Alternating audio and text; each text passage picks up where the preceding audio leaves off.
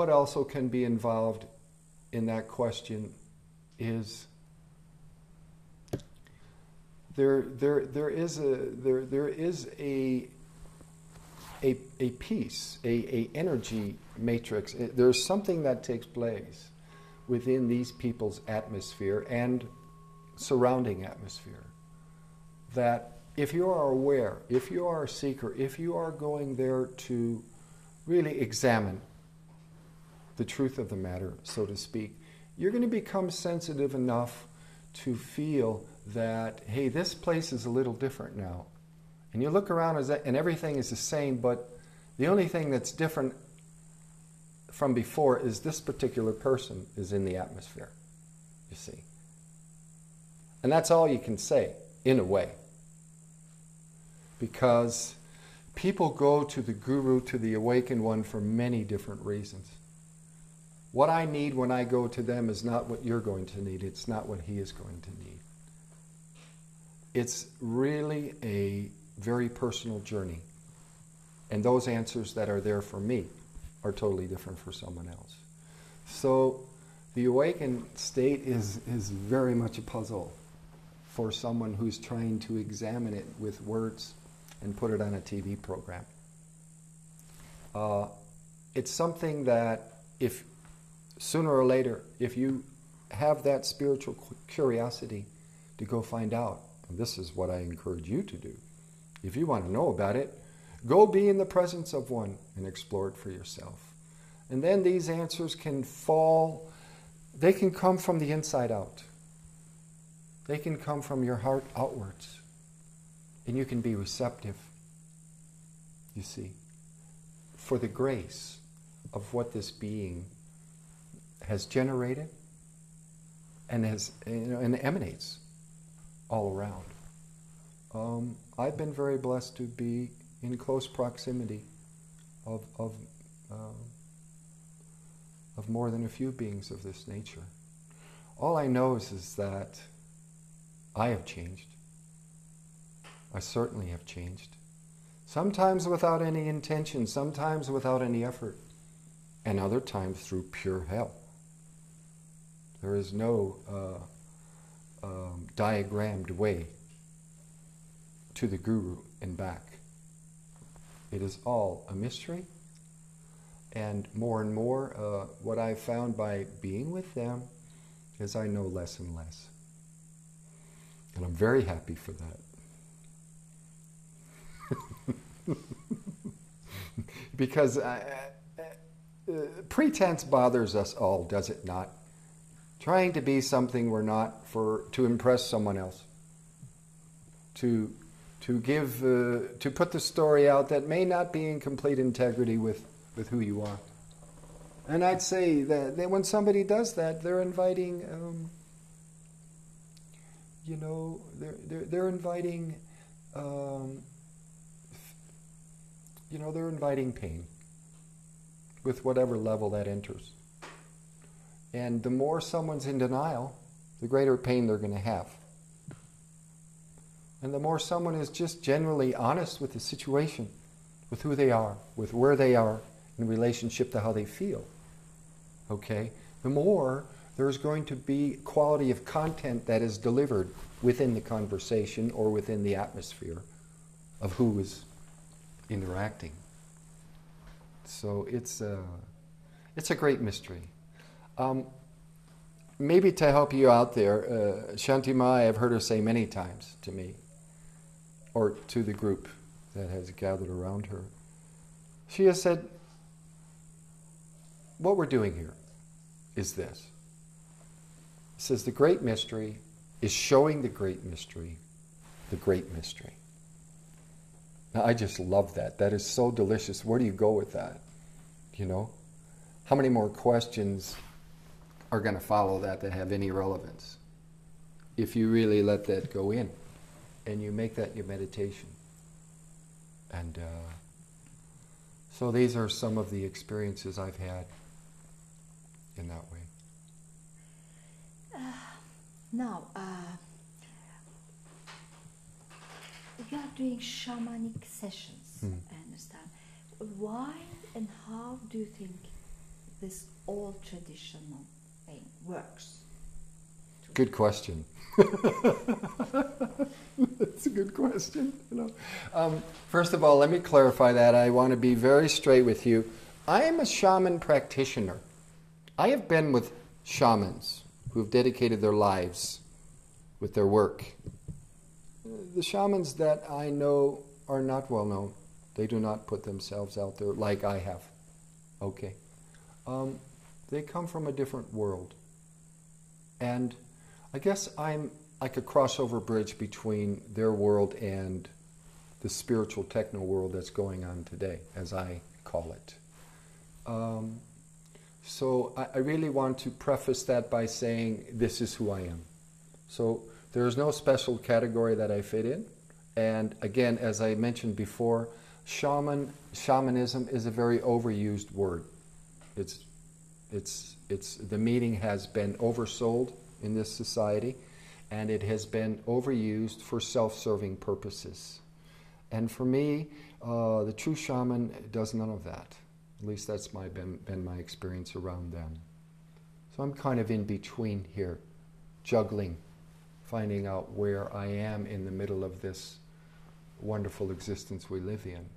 So I found myself 5 years ago, and again, Shanti Mai and others that I were with, grandfather being one from the native way, between these two, and Shanti Mai was really going the way of shamanism as well, which is a good thing and a wonderful thing because she's incredible at it. For me, what I found was many answers have come to me through my searches over the years that are in place, that feel good, that feel right for me, that moves me, in a good way in society now. I love myself. I can say that without reservation. There are certain ingredients that are in place as a result of all of these efforts, non-efforts, journeys, wonderful experiences with people. And so the spiritual curiosity of the seeker continues. You don't arrive anywhere. You don't go somewhere, you've done that, and all of a sudden, okay, now you rest and you earn that. In reality, what happens is the path continues to move. And it continues to be in flux. And challenges are always brought along the way. And if one is in the true spirit of that seeking, then one wants to continue in areas and adventure into the unknown, so to speak. Shamanism does that in the truest sense of the word, because you are going into an area that you don't really have any answers for. A lot of the time you don't have any experience being there. What you do have is the courage and the confidence and let's say a few spiritual things in place to jump into the juice of that journey, so to speak. And then, of course, once you're in that, as the numbers build up, you get more experience, and then all of a sudden you're in a position where certain things are being said about what you do. In other words, all of a sudden what you do is working for people. But what is really working, I've found that essentially healing is all about love, It all comes down to that. There's, they say that, the natives say, let me think of this, good medicine is anything that brings you to your heart. This is the best medicine. So, I like that. And I want to find out ways that I can, this is, a lot of people are suffering these days. It seems to be very commonplace. And however and whatever I can do to be of service, to relieving that, that condition, that's where I offer myself.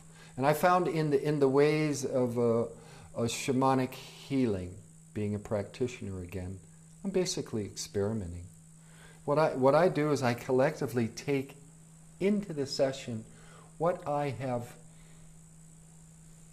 been involved in from the standpoint of chants and songs and drumming and singing for me, And I blend it into, let's say, a healing ceremony, although it doesn't have any roots as far as where it's from. It has bits and pieces from different places.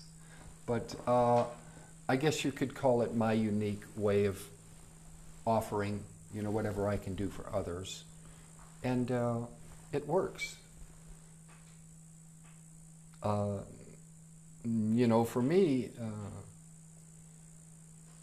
what I've seen is that whatever I'm doing in the middle of, let's say, the session that's going on, as long as I get out of the way of it, as long as there's no self-importance on my part involved, as long as there's no identity with me actually doing something, basically what happens is the shaman or the healer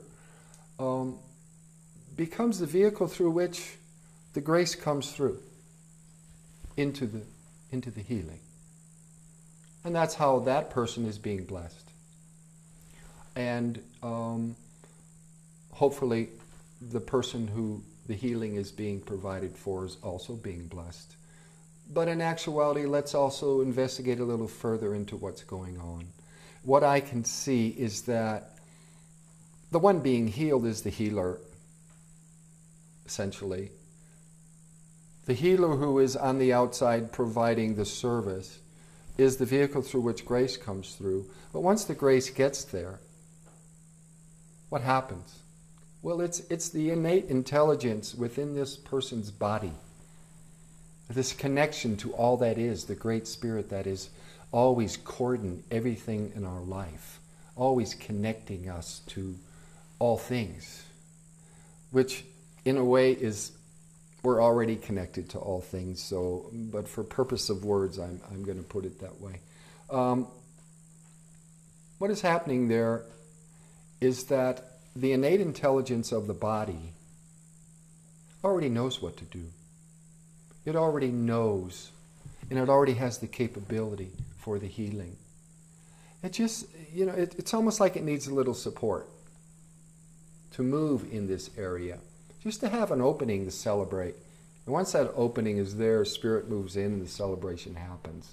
I mean, these are vague terms, and I'm sure regular doctors would, take much to talk about here with me. But I think it's undeniable for everyone to recognize that there is a goodness within all of us, that when it is ignored, when it is put aside for various reasons in today's world, is insofar as how busy we are, when it is not recognized, then it becomes small, and then it becomes a situation where it's not as nourishing as it was before. And then it starts to shrivel. And then it starts to almost not be there, although it is. But if you give it one drop of attention, one drop of love, as they say, if you take one step towards God, He takes 10 steps towards you.